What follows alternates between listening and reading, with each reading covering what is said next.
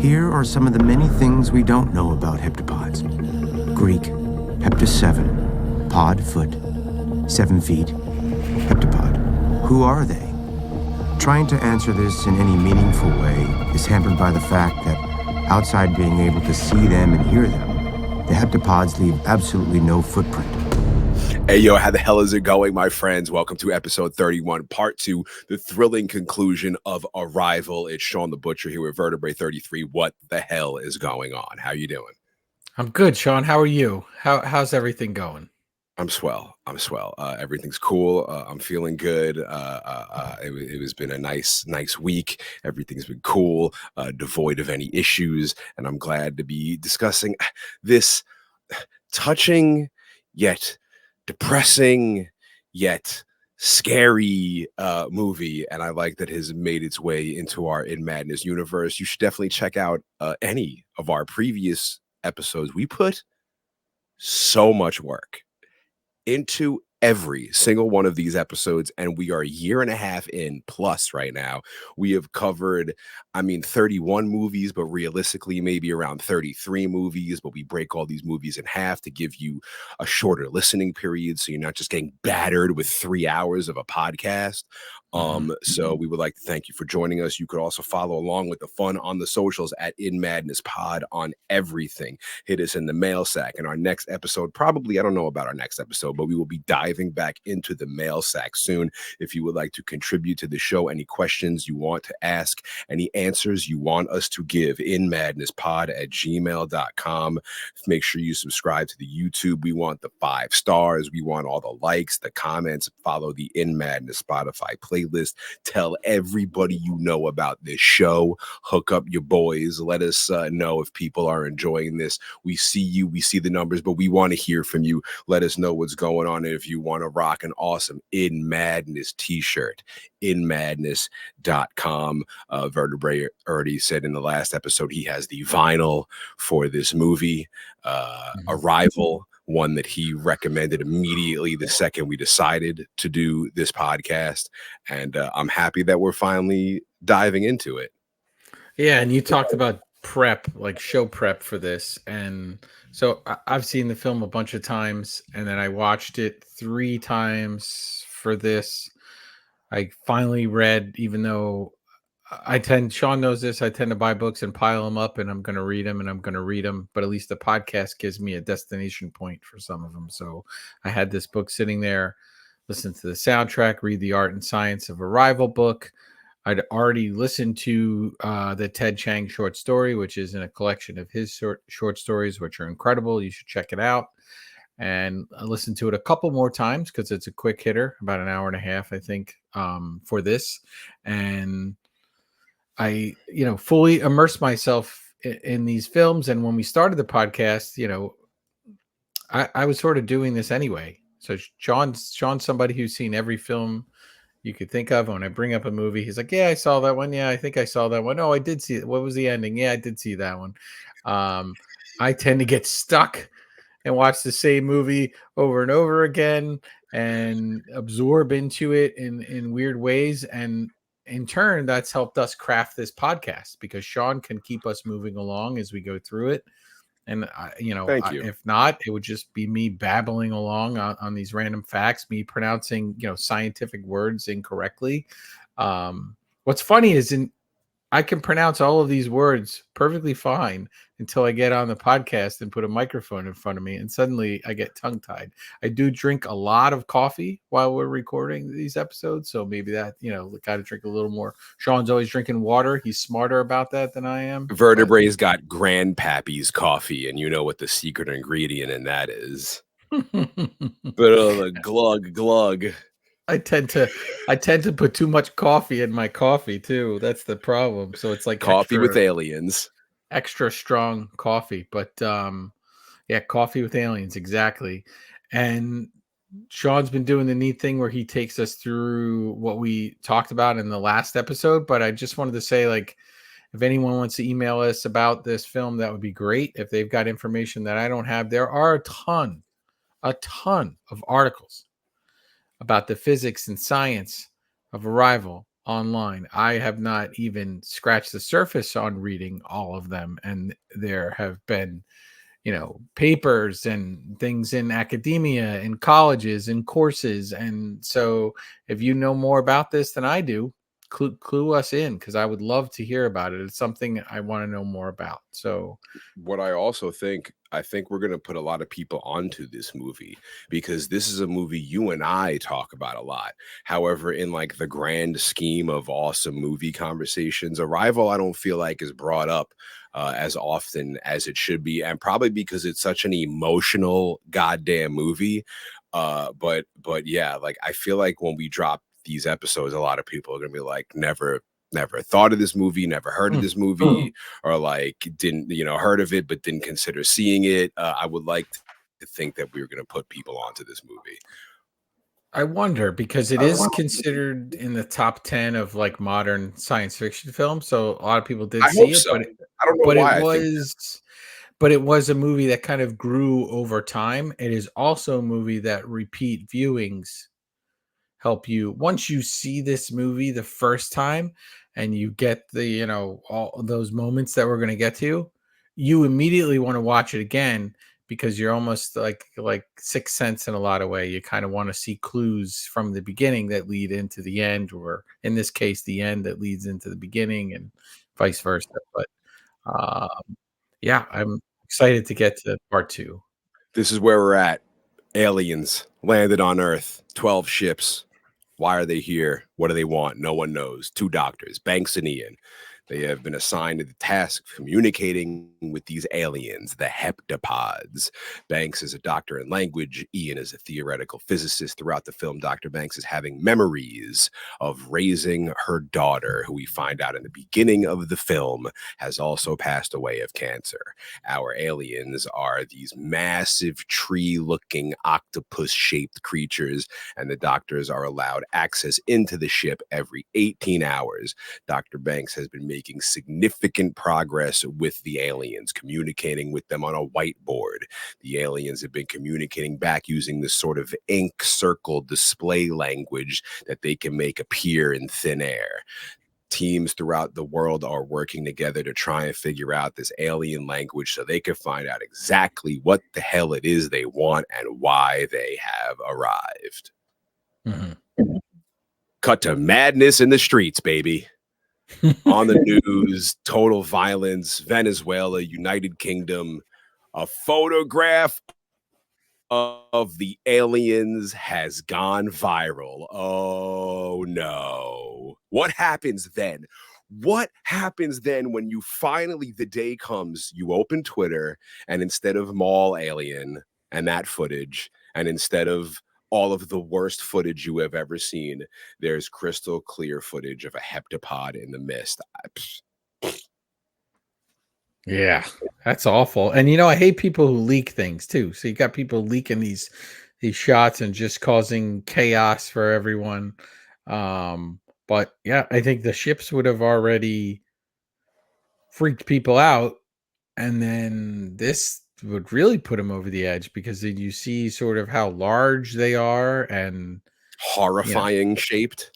yeah, and they feel very deliberate. They're communicating apparently, but you wouldn't know if you're just somebody watching it on the news. You don't know if they're making progress, if they've been peaceful. Is this the only thing that's leaked?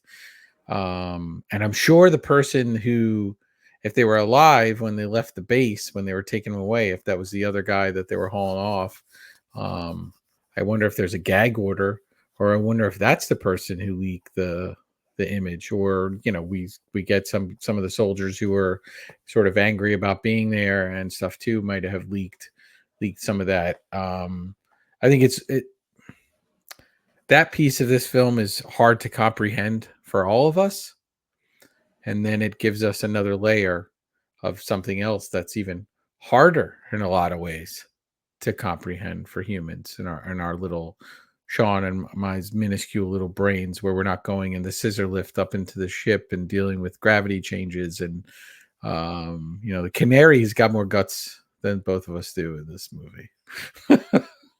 Canary's got no damn choice in the matter. Yeah, that's true. Biological contamination is a major risk factor, says the environmental pressure group. Says about 1 million people marching on Washington to protest the government's handling of the crisis.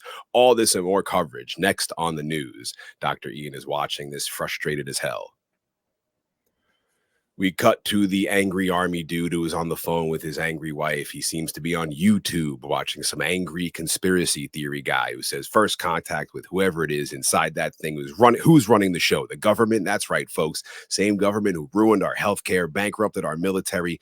Look at these people. Most of them don't even have guns. We could be facing a full-scale invasion. Our president's willingness to sit back and let them waltz in and take our country. We're falling asleep at the wheel, people. You know what I'm talking about. I know you do. What if the smartest thing we do right now would be to give them a show of force? I'm talking about a shot across the bow. What do you think? Caller number 1, you're on the air. What do you think? And the angry army guy looks at his other angry army guy friend. Uh-oh. Dr. Ian and Dr. Banks are in the office doing research. Dr. Banks is remembering her daughter. She has to stop working. She seems to be focusing on a conversation she had with her daughter, who asked, what word was that? We hear Dr. Banks say planet. We see them going through a child's book. Dr. Banks says the Earth is a planet. Her daughter shows her a project for school. She says they had to make up their own TV show if they had one. Her daughter shows her a picture. Dr. Banks asks, who are these people? She says, it's you and Dad. The show is called Mommy and Daddy Talk to Animals. Also, through this, we have noticed that there has been no father in the picture anytime she is remembering her daughter. Because of this, immediately, Dr. Banks seems a little bothered by the picture, but she tells her daughter the picture is lovely. Dr. Banks tells her daughter, you know, it's okay to be sad that your dad and I, but her daughter cuts her off. She says, I know, I'm not. Dr. Banks says she loves her very much, and her daughter says, I know, it's just a cartoon. It's not real. While she's in the middle of this flashback, Dr. Ian calls her name to get her attention because he sees her stressing out. She says she's fine. She tells him it's not something she can explain. Colonel Weber approaches and asks, when is the last time she had a checkup with the doctor? She says she's okay. I just need to get some air. Mm-hmm. And this is starting to hit her. They've also pumped them through of all this like cocktail, they call it, or whatever, for viruses. So I imagine you're feeling kind of funny from that and just the situation in general. And now she's just getting walloped with these segments of life that are just hitting her in different directions. Dr. Banks walks outside. She's looking at the ship. She's getting flashbacks of her daughter dying of cancer in the hospital. She remembers happy times. She remembers sad times. Again, she looks at the ship. Again, more memories with her daughter. But then we slowly see a heptapod approach through the mist. Mm-hmm. Cut to Ian asking Dr. Banks how she's doing. She says she needs some sleep, but she's fine. He says he was doing some reading about this idea that if you merge yourself into a foreign language, you can actually rewire your brain. Sapir-Whorf hypothesis, the theory that the language you speak determines how you think, and it affects how you see everything. He says he's curious. Are you dreaming in their language? We hear the bird chirping in the background, even though they're not on the ship. She says she's been dreaming, but she doesn't think that makes her unfit to do her job. She looks to her right, and oh my God, there's a heptapod. No mist, no fog, clear as day, standing right there in the room. And again, it looks like an octopus or a hand or a tree, and it makes this loud noise. And we cut to Dr. Banks asleep again. It was all a dream. Holy crap. That heptapod reveal scared the crap out of me. It got me so good. Did it get you? No, I don't think I was scared. I just was... it because the second it shows, it goes, I'm like, oh my God, it freaked me. It was like the tall man in It Follows for you.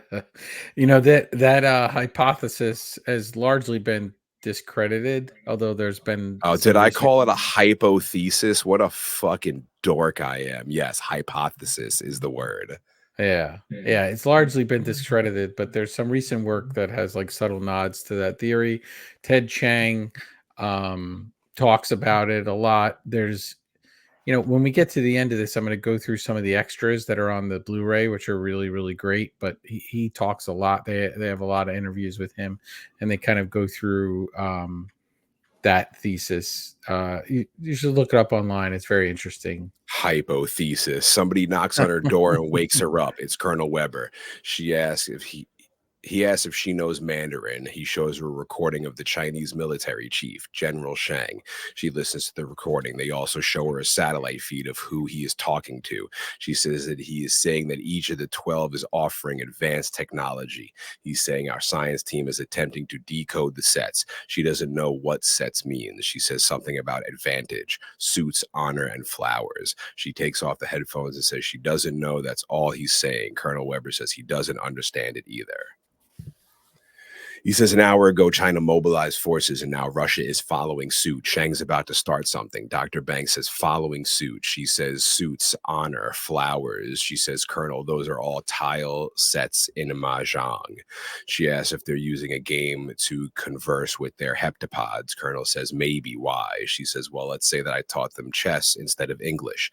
Every conversation would be a game. Every idea expressed through opposition, victory, and defeat. Do you see the problem? If all I ever gave you was a hammer, then everything is a nail. Colonel Weber wants to ask the big question whether she's ready to or not.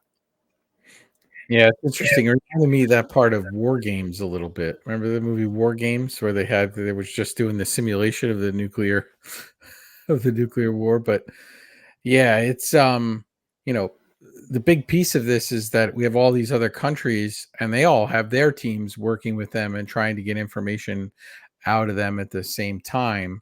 But these heptapods know who they need to give the information to because of the way they interact with time.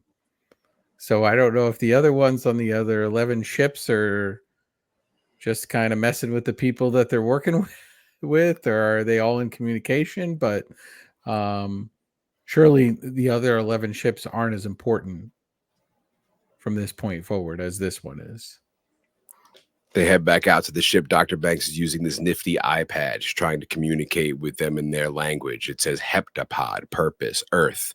Dr. Ian notices they only have Costello, and then Abbott appears. One of the heptapods replies with its ink spelling. Dr. Ian and Banks begin looking at each other for the answer. Colonel Weber, in a remote location, asks, what does it say? Dr. Ian looks at one of the army men in the hazmat suit, who I believe is the angry army dude who was on the phone with his angry wife, also watching the angry conspiracy guy on YouTube. Dr. Banks says the heptapods want to offer a weapon. Back at the base, both doctors, Colonel Weber, Halpern, an angry army guy, are in a meeting, and he says, you heard what they want. Dr. Banks says, using a word they don't fully understand. Everyone argues it could be a request. It could be a warning. Colonel Weber shuts everybody up. Dr. Banks says, we don't know if they understand the difference between a weapon and a tool. Our language, like our culture, is messy. Sometimes one can mean both. But angry army dude is not buying it. Dr. Ian says it's quite possible they're asking us to offer them something, not the other way around. It's like the first part of a trade. Colonel Weber wants to know, how did they clarify their intentions beyond those two words? Dr. Banks wants to go back in and clear it up. Yeah, the tension is building now because they said the word weapon. So everyone's shitting their pants now. Yeah. Halpern says it's more complicated than that. Dr. Banks says, how is it more complicated? An army dude walks in and tells Colonel Weber, the Secretary of Defense is on the line for you. Halpern says we need to sit on this information until we know what it means, so we aren't sharing it with our enemies. We have to consider the idea that our visitors are prodding us to fight amongst ourselves until only one faction prevails. Dr. Banks says there's no evidence of that. Halpern says, sure there is. Just grab a history book. The British with India, the Germans with Rwanda. They even have a name for it in Hungary. He says we're a world with no single leader. It's impossible to deal with just one of us. And with the word weapon, and then he gets a call, walks away, the alarm goes off, and something is going on. All the army dudes in the tent seem to be feverishly working. We find out China and Russia are off the grid and not speaking to anyone. Whatever they learned in their last session has them freaked out. We have orders to do the same. Dr. Banks screams, these are our allies. Dr. Ian begs not to shut them down. Halpern says, put us on radio silence. Colonel Weber agrees. Dr. Banks gets pissed. She says, we need to be talking to each other. Halpern says, if you want to talk to them, they'd find out what this means, and hands her the printout of the word weapon in the heptapod language. Doctors head back to the ship. Dr. Banks says, we've never re-entered a session. Ian says, trust me, we've got time, and hops in a truck. Cut to the news saying, use weapon. This is the alien message. Oh no. Said to have provoked the Chinese government to withdraw their scientists from the international mission today. In a statement, General Shang said, China no longer trusts these aliens who want to divide us. Humanity must be protected. China has asked for immediate talks at the UN. Back of the ship, we see angry army guys loading a heavy container into the ship. They open the container and it's full of wires. They set a timer. These goddamn guys just put a bomb in the ship. Right as they do, Dr. Banks and Dr. Ian pull up in the truck. The angry guy tells them they can't go on the ship. They're trying to stall them, but then one of them's like, let them go. Doctors get in the ship. Timers at 15 minutes. The doctors have no idea the bomb is in the room with them in the heptapods. I do notice the doctors have a brilliant conversation for 2 seconds, asking if they should call this session 37. And miraculously, Dr. Ian says, no, 36 part 2. That's me smiling because these brilliant scientists and doctors have the same numbering system as in Madness Pod. So thank you. Absolutely. Completely all over the place. We are doctors, Dr. Butcher and Dr. Vertebrae on the premier podcast in Madness Pod. Yeah, refer to me as doctor from now on. Colonel Weber sits down at a remote station and sees the doctors in the ship asking what they're doing there on their own. They've been trying to get in contact with the angry army guy. He's not responding. Colonel Weber sends security. In the ship, Dr. Banks writes, offer weapon. Are you offering us something? One of the heptapod responds. It uploads to the computers, which shows us the library of words they've tried to decipher. The words popping up: visitors, friends, offer, donate, award, technology, apparatus. Dr. Banks says, this is a different word. She says, this segment is a lot busier. Dr. Banks types, give technology now. One of the heptapods knocks on the glass. A security team begins approaching the ship. Angry army dude is not stoked to see them. And then this group of angry army dudes opens a case full of machine guns. And they're now going to hold off the security team. Inside the ship, one of the heptapods keeps knocking on the glass. It seems to be warning them about the bomb behind them. It slaps its hand on the window. Dr. Banks approaches the window and says the heptapod wants her to write on it. Dr. Ian asks if she can do that. She doesn't know. On the glass, she puts her hand onto the heptapod's hand, and we see her hands forming these ink letters. She removes one of her hands, and one of their heptapod hands hovers over hers. And again, she gets a flashback with her daughter, a memory of her daughter, and then begins creating a symbol from the ink on the glass. Absolutely incredible. Yeah. Absolutely incredible part, Shawn, right here. We don't want to rush through this. We've got tremendous amount of tension. We've got the bomb. We've got them actually making progress. We've got the heptapod warning them, and now she's writing too. Like this is moving really fast right now, and they're going to give us a lot of information. It's such a cool moment when she's up against the glass and starting to form these words. I call that out of Lucy. I can call it out on this too. They decipher this language and these words very quickly, though.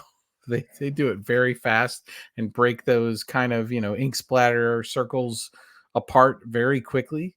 And that's interesting. But this scene here is heartbreaking in a lot of ways too, because the heptapods are like, hey, we want to communicate with you and give you this, but so the other humans are about to try to blow this place up. Assholes. The heptapod puts his hand on the glass. You see the countdown clocks, 45 seconds. One of the other heptapods swims away and leaves a cloud of what looks to be ink. The other heptapod swims away, and we see they're creating millions of these different little circular symbols on the glass. The doctors stand there and stare in amazement. The bomb is at 20 seconds. We hear gunfire below. This is like one of the most intense scenes in a movie ever. My heart is pounding. We hear the heptapods groaning. The doctors hear the gunfire below. The timer's at 5 seconds. The heptapod pushes on the glass, which stops all the gravity in the room, which sends the doctors spilling out of the ship. The explosion goes off. The doors of the ship entrance close, and in the remote radio room, they see the explosion, and everybody freaks out.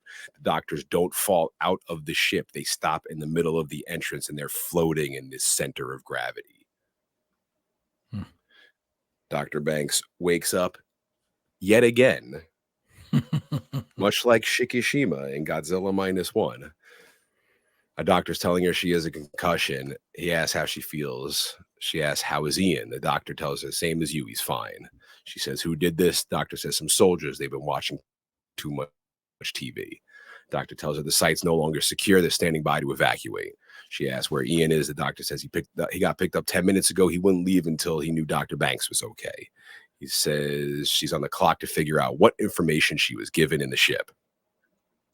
We see Dr. Ian in a room with Colonel Weber surrounded by people. They're looking at millions of different symbols the heptapods were making.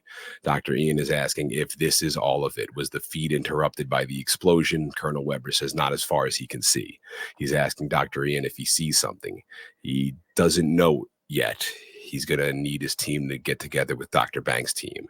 He says he needs everyone working on this. Dr. Banks pushes everyone away and says they cannot leave. They need to go back and explain this wasn't their fault. But Colonel Weber tells her they can't go back inside. She says they have to. Weber says what happened in there was an attack. We can hope for the best, but I have orders to prepare for retaliation. We may have to evacuate. She says that's the wrong move. As long as they stay, we have to stay. The entire compound begins rumbling. Everyone leaves the army tents in shock. The ship raises further in the air, but then stops. Dr. Banks says they're not leaving. And Colonel Weber says, why does this feel worse? Yeah, they just pulled up a little bit, but they're sticking around still. Yeah, they look like they were about to take off, but then they're just like, we're getting far away from you, so you can't come back in here. Cut to Halpern having a meeting with, I assume someone is the president, I guess. He says China is on the offense. They're positioning the military to blow the alien vessel out of the sky. If this happens, we can't sit around waiting for retaliation. So get prepared. The Air Force and infantry are standing by. So crazy. It's like they just want to try and communicate with these things. And instead, war is breaking out now, which is insane. We see on the television breaking news, China has declared war against the aliens. Following the failure of diplomatic efforts at the United Nations, China has confirmed that its language experts have tonight delivered an ultimatum at the Shanghai site where the ship is.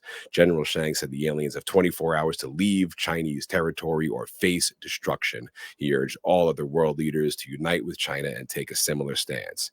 Pakistan, Russia, and Sudan are thought to be following China's lead. We see tons of warships out of the water heading towards the ship.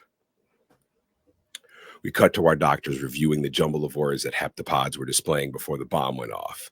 Dr. Ian says it can't be random. There's literally millions of little heptapod words. He says it will take years to decipher. Dr. Banks zooms in on one of the billion little circles and says, what's this term? Flash, she has a memory of her child. Her daughter is asking, what's the technical term where we make a deal and we both get something out of it? Dr. Banks says a compromise. She's like, no, like a competition, but both sides end up happy. Dr. Banks says a win-win. Her daughter says more science-y than that. Dr. Banks says, if you want science, call your father. And her daughter gets pissed off and walks away. Dr. Banks wakes up yet again. She asks Ian, what time is it? He says, it's time to open up the bottle you've been hiding. She turns around and says, did you crack the code? And he says, yes. She walks over to his computer and he zooms in on a section of the words from the heptapod, says, take a look at this. It seems to be talking about time. The symbol for time is everywhere. They don't know what it says. He says, a formula for faster than light travel. Who can tell? He says, there are too many gaps. He says, nothing is complete. He says, then it dawned on me. He says, stop focusing on the ones and look at the zeros. He says, how much of this is data and how much of it is negative space? So he measures it. There's less than a 0.1% of reoccurring. He says that Dr. Banks, perhaps you'd like that as a fraction. He says 1 of 12.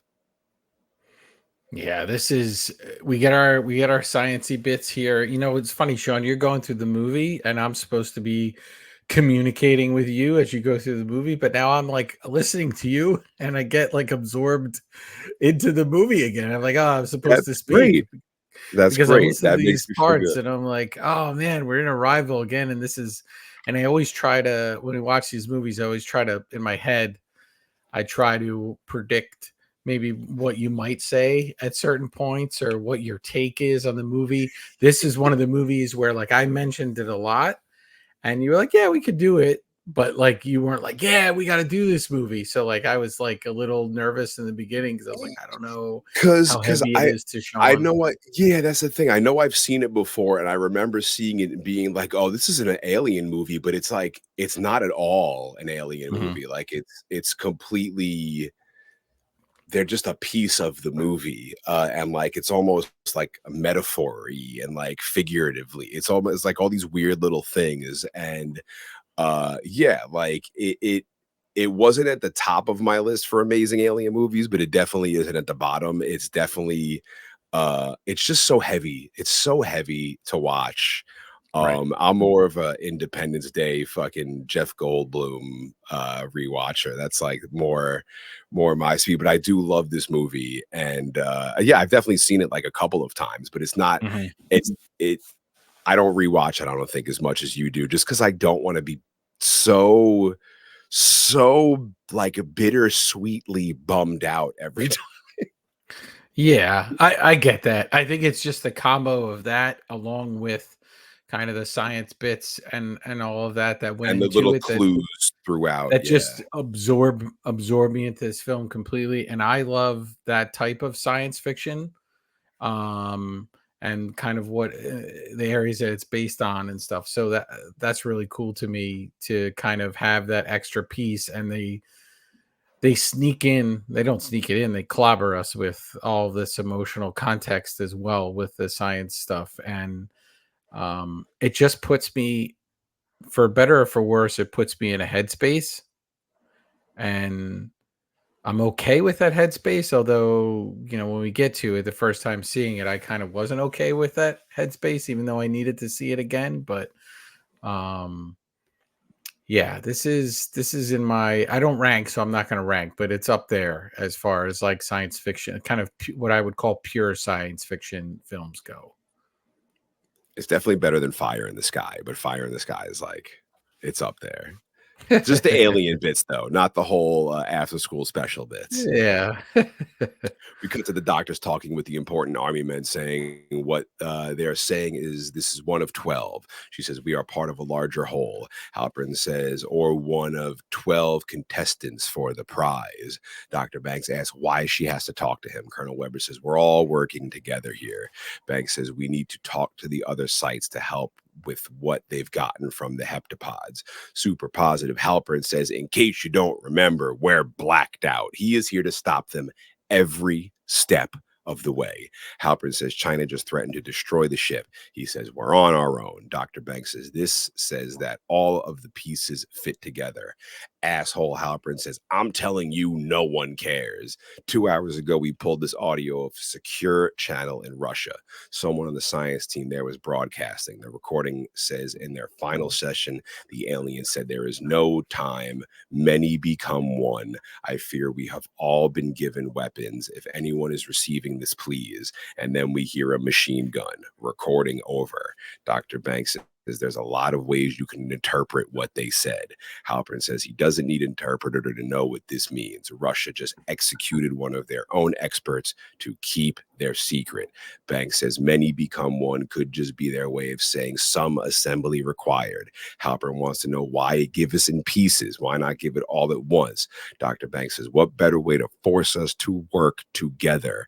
Halpern says, even if I did believe you, how in the world are you going to get anybody else to play along and give up their data? And Dr. Ian says, we offer ours in return. Colonel Weber seems to agree. Halpern, of course, is not happy. He says a trade, and Dr. Ian says it's a non-zero sum game. And, you know, of course they would have to give it to us in pieces because they, to get this information, you have to rewire your brain and the way you think as a human being. And we're learning how human beings think. So, you know, the silly humans are like, let's just attack the ship. So let's attack a ship that just appeared in your atmosphere. It's hovering off the ground. We're not sure how. Right? It can clearly travel over time and space, and you want to shoot it, and you're I feel hoping like it that will work. could wipe out Earth in like the press of a button. Not even the press of a button, like the thought of doing it, and they could wipe out the Earth immediately. So I would think they would just leave because, well, here's the thing: they already know how it ends, so it doesn't matter what we do, and so I think their logic, their thinking is so above that. It's so, you know, where they want us to get part of this film as humans, as coming together as one. They're past that sort of differences, and we need to just attack people because they're different, or, you know, they came to a planet that doesn't have is not unified in any way and is just built on its divisions constantly, and they're they're trying to help, and obviously they're trying to help for reasons for themselves too, and, you know, in the future. But they, you know, maybe they were like us at one point too, and their brains progressed so far that they were just, this is nonsense, right? It's like almost like Shawn, when you pass a certain age, you kind of like things that bothered you before, just kind of, you're like, oh, that's not, why did I get so upset about that when it happened? It's not that big of a deal. You sort of have almost a higher way of thinking about that situation. Well, they're giving this gift to us that's, you know, we can't even comprehend, and giving it to us in bits and pieces, probably testing people to see who is sort of worthy of the gift, although they would know in advance who they gave said gift to. So all that's really interesting. We cut to the rest of the memory Dr. Banks was having with her kid when she angrily walked away. Dr. Banks yells to her kid, non-zero sum game. She tells her daughter that's the word she was thinking of, and her daughter says, yeah, thanks. Cut to Dr. Banks in the background. We hear that 9 of the landing sites have gone total comms blackout. Only way to reach them is to physically drive there and yell at the border guards, which we're doing, but it won't be fast enough. There must be a way to get the message to them. Dr. Ian says to our allies, maybe, but it's too little too late. We see Dr. Banks thinking, cut to a cylindrical object coming out of the sky. We hear the men in the background say, what we need is to get all the other nations online before one starts a global war, and there's no way for us to reach them. Dr. Ian says, hold on a second. It's right above us. We see Dr. Banks remembering making the word out of the heptapod ink on the ship. Colonel Weber says that's problematic for us right now. The Pentagon's convinced our shell will retaliate. My guess is they'll order us to evacuate within the hour. Dr. Ian says they are not our enemy. Dr. Banks is walking away, and Dr. Ian says they've made no active aggression towards us. Of course, Halpern says maybe this is their way of being aggressive. Colonel Weber says that's not the question. Halpern wants to know what is the question, and he says, how do we get you back in that room when it's a half mile straight up in the air? Halpern says he thinks they're done there, and Dr. Ian looks back and notices Dr. Banks is gone. The men say it's in the hands of our superiors now. Dr. Banks walks out to the ship. We hear a rumbling from the ship, and from it, a cylindrical pod, the same one Dr. Banks was having a memory about, comes out of the ship. Dr. Ian is watching this happen from the camp through binoculars. Halpern asks, what the hell is she doing? We see Dr. Banks step into the small pod. It closes her in, and she's in this dark tube, which begins moving back up to the ship. The inside begins filling with mist. She's breathing it in and begins coughing. There's also this cool cartoon looking effect to her now. The doors of this miniature ship open, and she seems to be floating in this white, open, empty space like water. Everything's moving very slow. Dr. Banks looks up and sees a shadow moving. A gigantic heptapod seems to swim right past her, and from behind her approaches an enormous heptapod. It goes up even bigger than we were able to see before in the rectangle. It's got this large, like, light bulb-shaped head, and she recognizes one of them as Costello. She asks, "Where's Abbott?" And spelling out the words in midair, he says, "Abbott is in the death process." Yes, just like our internet service is also in the death process as well. but yeah, this vessel. So it's funny too. This that they sent down for her. It looks a little like the vessels in Prometheus, and the guy who worked on some of the creatures in Prometheus also worked on this film too. I don't know that he worked on the ship. I know he certainly worked on the heptapod design. But I thought that was really neat. And they talk about this atmosphere a lot in the book, about the making of, and just how they wanted to create it. It's almost like she's underwater, kind of the way her hair moves and everything. And they kind of studied how your hair would move underwater, but it's not water. And they wanted to just create something that was,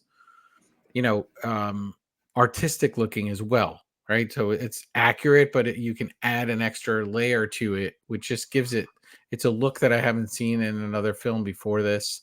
And it's really very interesting, but we're about to get crushed under the weight of this film. If you are listening, if you have not seen this movie, if you have seen this movie, I want you to prepare yourself, because shit is about to get crazy. We see Dr. Banks' hands the same way they were in her memory a while ago, playing with the ink words. The heptapod lets out a groan. She says she's sorry, that they're sorry. I guess that the blast from the bomb killed Abbott. She tells Costello she needs him to send a message to the other sites. Costello begins spelling out more words for her in midair. Louise has weapon. Another word forms that says use weapon. She does not understand. She asks, "What is your purpose here?" The heptapod says, "We help humanity. In 3,000 years, we need humanity's help." "How can you know the future?" The heptapod begins making a noise. Dr. Banks begins remembering her child again. She says she does not understand.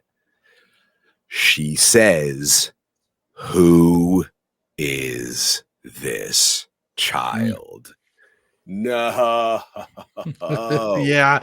So here we go. We're going to get steps forward. And this is the first one where you're just like, wait a minute. What's happening here?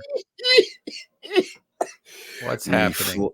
We flash to a memory to the child's picture that she was showing her mom about the cartoon she made. In the picture is a bird in a cage.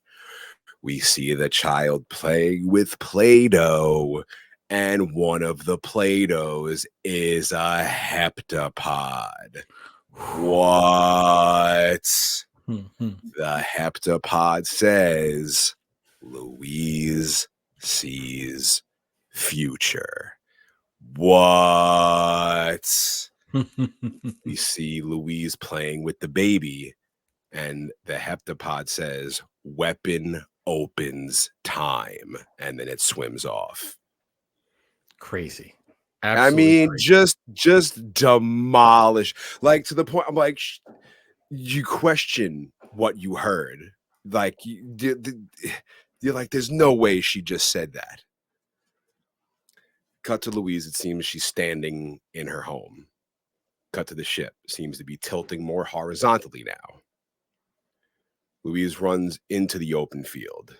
The army guys come to pick her up. Colonel Weber asks if she's all right. Dr. Ian is there with a blanket for her. They ask what happened. She's trying to figure it out. It's too big. Colonel Weber says, "It doesn't matter now. We have orders to evacuate. Russia and Sudan are following China." Dr. Banks is repeating she does not understand. We see a flashback of her child saying, "Help me, mama." Dr. Banks faints. We see her child with her child by the lake. She asks, "What day is it?" She says, "Sunday." Kid says if she's going to leave like daddy did, and Dr. Banks says her daddy didn't leave her. She's going to see him this weekend. Her daughter says he doesn't look at me the same way anymore. Dr. Banks says it's her fault. She told him something that he wasn't ready to hear. Her daughter asks, "What?" Dr. Banks says, "Believe it or not, I know something that's going to happen. I can't explain how I know, I just do. And when I told your dad, he got mad and he said I made the wrong choice." Her daughter asks what's going to happen. She tells her daughter it has to do with a rare disease. It's unstoppable, kind of like you with you swimming in your poetry and all the other amazing things you share with the world. And right away, Shawn, we get this. We're hit with this. Are you going to go through this? If you knew your child was going to die in that way, are you still going to have that child? Right. So now we know she's seeing the future, and in the beginning of the film is what we saw was the future and not her past. And this cuts to the core of this short story as well as this film.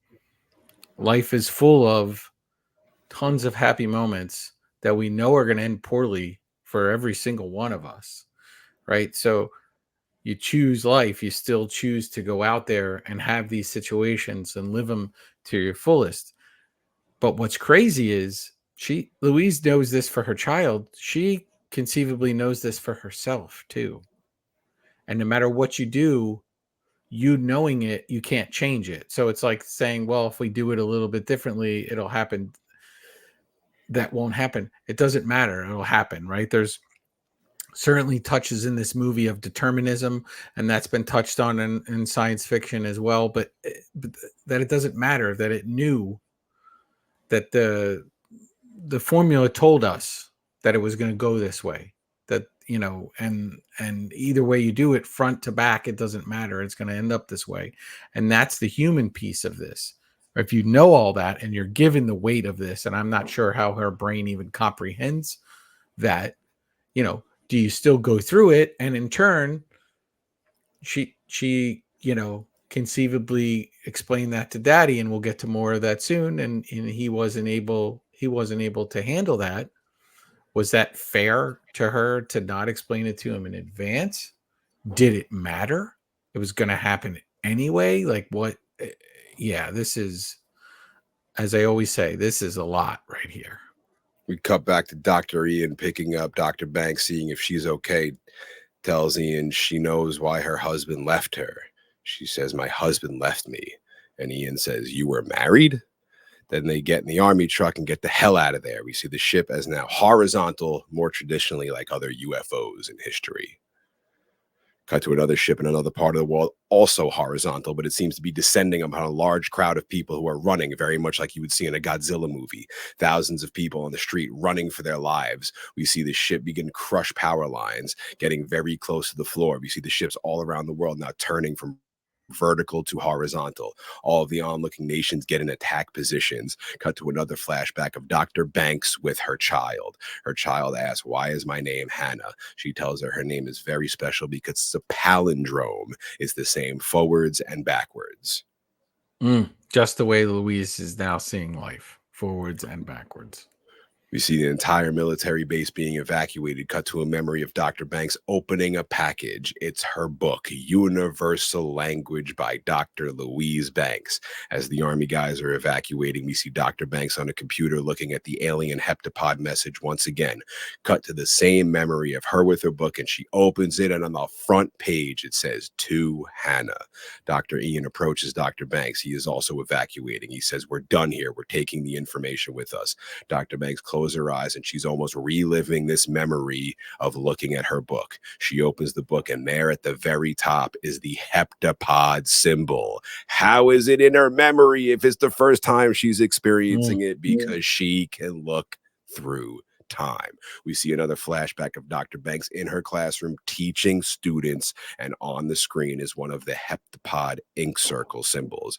We see her teaching the class about it, standing there looking at the computer with Dr. Ian behind her. She says, I can read it. She knows what it is. It's not a weapon, it's a gift. The weapon is their language. She tells Colonel Weber, they gave it all to us. Do you understand what that means? Colonel Weber says, so we can learn heptapod if we survive. She says, if you learn it, when you really learn it, you begin to perceive time the way that they do.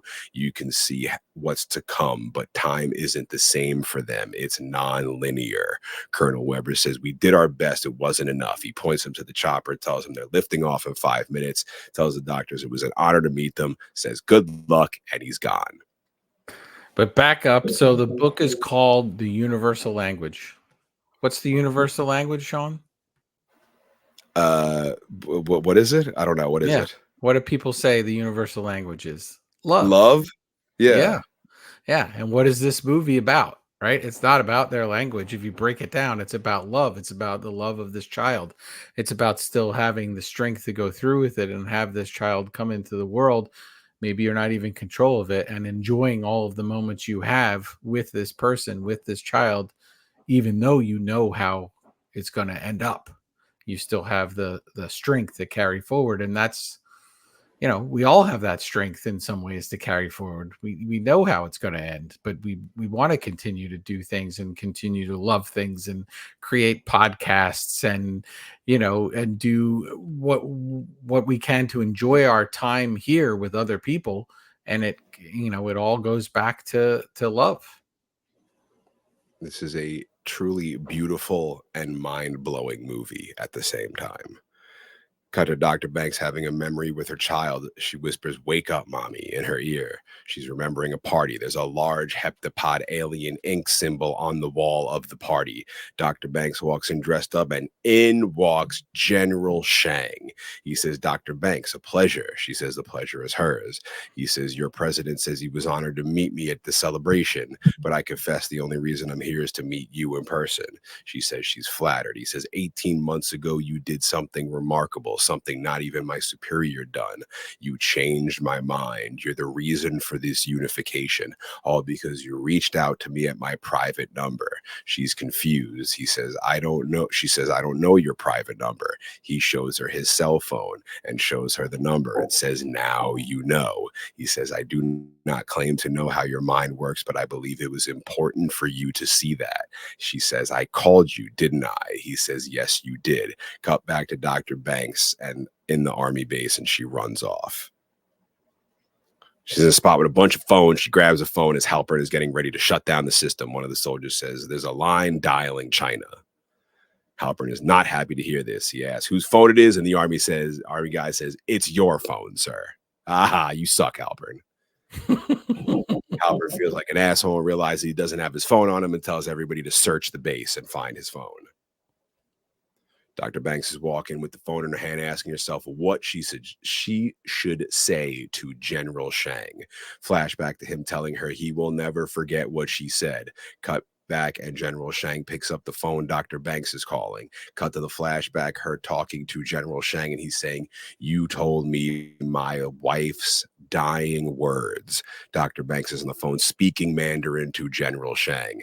The army men approach Dr. Banks and point their guns at her. Dr. Ian bangs on the door and asks what she's doing. She lets him in and says she's changing someone's mind. She begs Ian to buy her 20 seconds with the army guys. Halpern walks in, points his gun, and says, Dr. Banks, drop the phone or we will shoot. Ian throws himself against the glass to block Dr. Banks. Halpern screams, you are committing an act of treason. Cut to breaking news. All announcing China has called an emergency press conference. General Shang, Commander-in-Chief, the People's Liberation Army, has announced an emergency press conference that China is standing down. China is stating that all intelligence they have received will be shared immediately with the other landing sites. Scientists from around the world are sifting through information from the UK, Japan, Venezuela. Armed forces are now unveiling the information they have acquired from both of their landing sites, also confirming it to be one of the 12 pieces of the puzzle that is being slowly put together. Ships begin to straighten out vertically. They begin to get surrounded by mist and vanish into thin air. Goodbye, aliens. What a cool exit. We've not seen that in a movie before, where it just kind of like disappears into this atmosphere that around it that looks very much like the atmosphere that we see the heptapods in. It's really interesting. And Shawn, the wife's dying words. So what are the wife's dying words that she says to him? Oh, I have no idea. Yeah, so it doesn't come up on screen unless you spoke that language, you wouldn't know, but in the book they have it. And it says, she said, "General, I'm at the US base. General, your wife appeared in my dream. She said you should use courage to help save the world. General, she also said war doesn't make heroes, only orphans and widows." And she says that to him, and then he changed his mind, and his mind's blown by that, and here we are. Dr. Banks' house looking at water. She says, "So Hannah, this is where your story begins. The day they departed. Despite knowing the journey and where it leads, I embrace it and I welcome every moment of it." We see Dr. Banks playing with the baby, and who's the daddy? Dr. Ian. Mm. They're both tucking the child into bed. Cut back to the army base, and Dr. Banks is looking at Dr. Ian, knowing what the future holds. We see Dr. Ian and the child playing before bed. She says, "Ian, if you could see your whole life from start to finish, would you change things?" He says, "Maybe I'd say what I feel more often. I don't know." He says, "I've had my head tilted up to the stars for as long as I can remember. What surprised me the most? It wasn't meeting them, it was meeting you." We see a memory of the two dancing inside her home. She gives him a hug at the army base. Flashback to her giving him a hug in their home. She says, "I forgot how good it felt to be held by you." In the flashback, he asks her if she wants to make a baby. Cut to the child living her life. Dr. Banks says yes. Cut back to her at the army base, seeing all of this happen.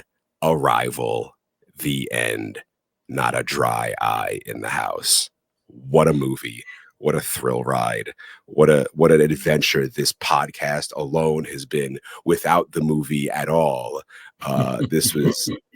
It's such a good movie, and it's such a great story, and it's so beautifully done and like genius executed. I just feel like it did everything correct for an alien movie, and I would definitely recommend it to people because I think it should be, I don't know, more talked about in the conversation. Definitely, I love it, even though it won awards and everything, and I know it's got accolades or whatever, but I don't hear a lot of people bring it up, and I feel like more should. Yeah, I mean, I do. I see it a lot in the science fiction community that it's a big film for them, but I don't know. I'll have to ask around. I've not anyone I've ever brought it up to has seen it, and it kind of blew them away. But it's crazy, Shawn. At the end, we get the window and we see Dad through the window, and he's sort of blurry. He's on the right hand side, and it almost looks like a heptapod in a way. So we get that window that we had at the beginning, and then at the end, we get the Dad blurry before we kind of get that big reveal. And then I had also said to you, so at the end of this film, we get On the Nature of Daylight by Max Richter, who's an incredible composer. I own a few of his other albums that aren't to do with movies on vinyl as well. And that song is a palindrome. So it gradually adds layer upon layer of this harmonic progression and then builds to this climax and then peels the layers off as it goes on. Just sort of just like this movie.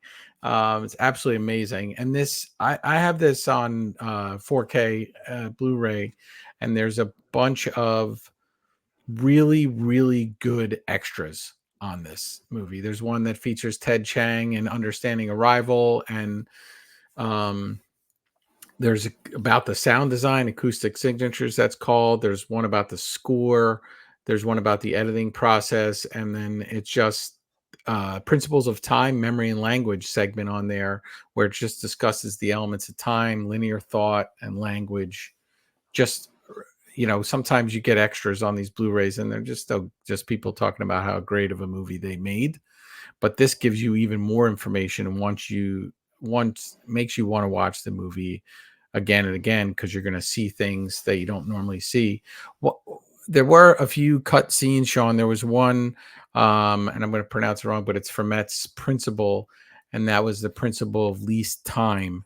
And they sort of try to explain that. There's a scene where Jeremy Renner explains it to people, and it's basically that in this case, like sunlight is kind of coming through the water, and in this diagram, and it picks the path that can be traveled in the least amount of time. So by that principle, it knows where it's going to end up, ahead of time, sort of. And I'm explaining it like a guy like me would explain it, which is not very well. So you should definitely look it up and watch the extras on there.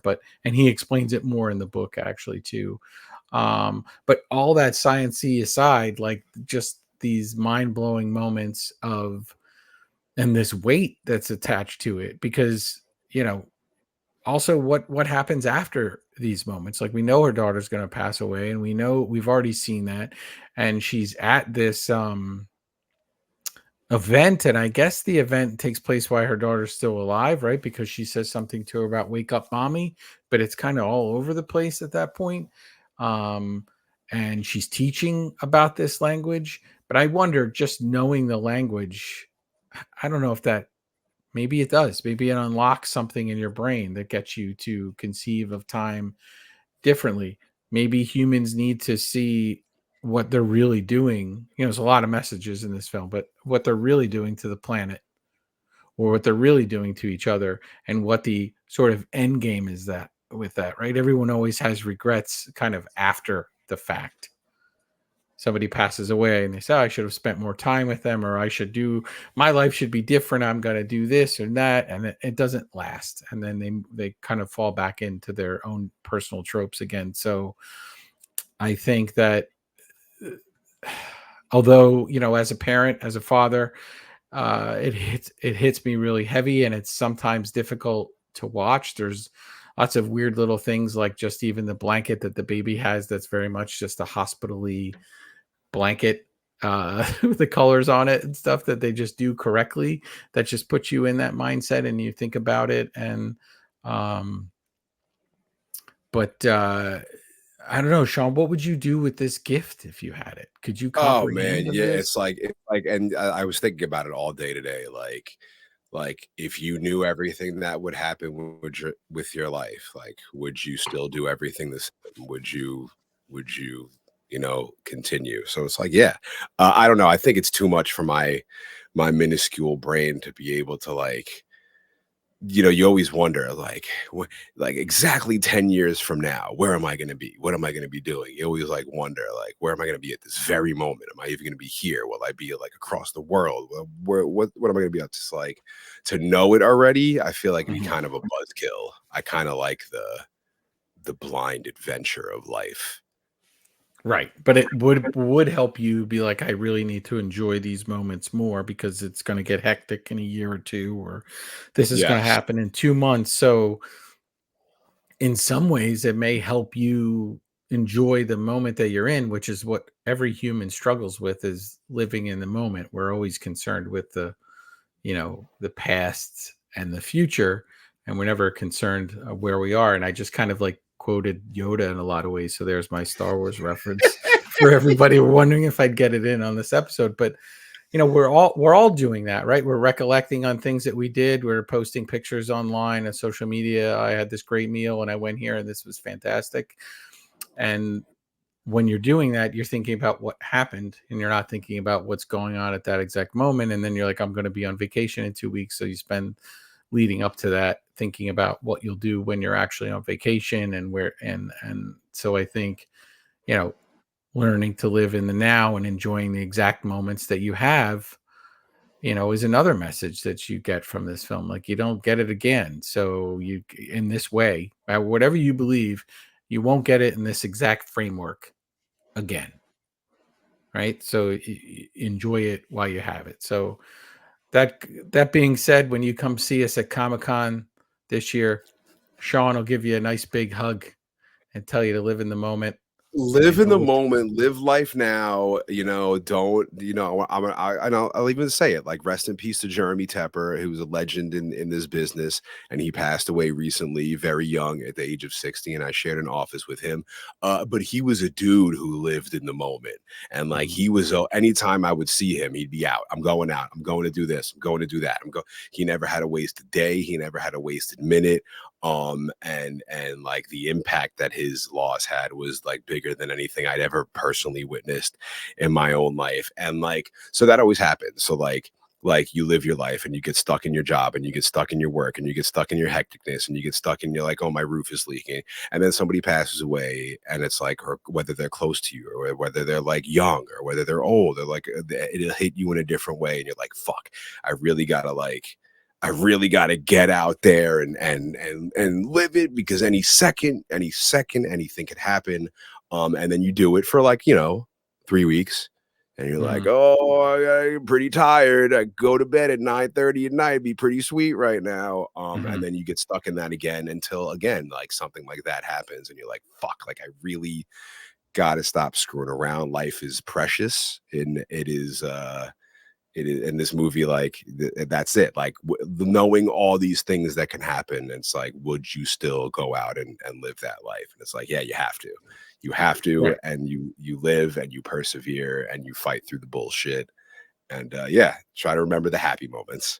Yeah, and and we're wrapping up, but I'll say, as a parent, the passage of time is really delineated, right? You're going through school years, you're going through that, and you sort of forget sometimes that this is the framework for them, that they're going to be adults. And you also like, oh man, I remember when this kid was just in diapers and doing whatever, and now suddenly they're, off with their friends somewhere, or doing that, or writing or drawing or whatever, and that makes it kind of easy to have those moments, but it speeds those moments up too, because you realize, okay, how many years am I going to hang out with this person on a regular basis, because they're going to grow up and have their own lives and not be around as much, so I think that's kind of where this movie hit me too. And also in another way was just, taking the chance to start a podcast, taking the chance to send an email to somebody and say, hey, I'd like to work with you, what do you think, can we do something, like, just ask it, just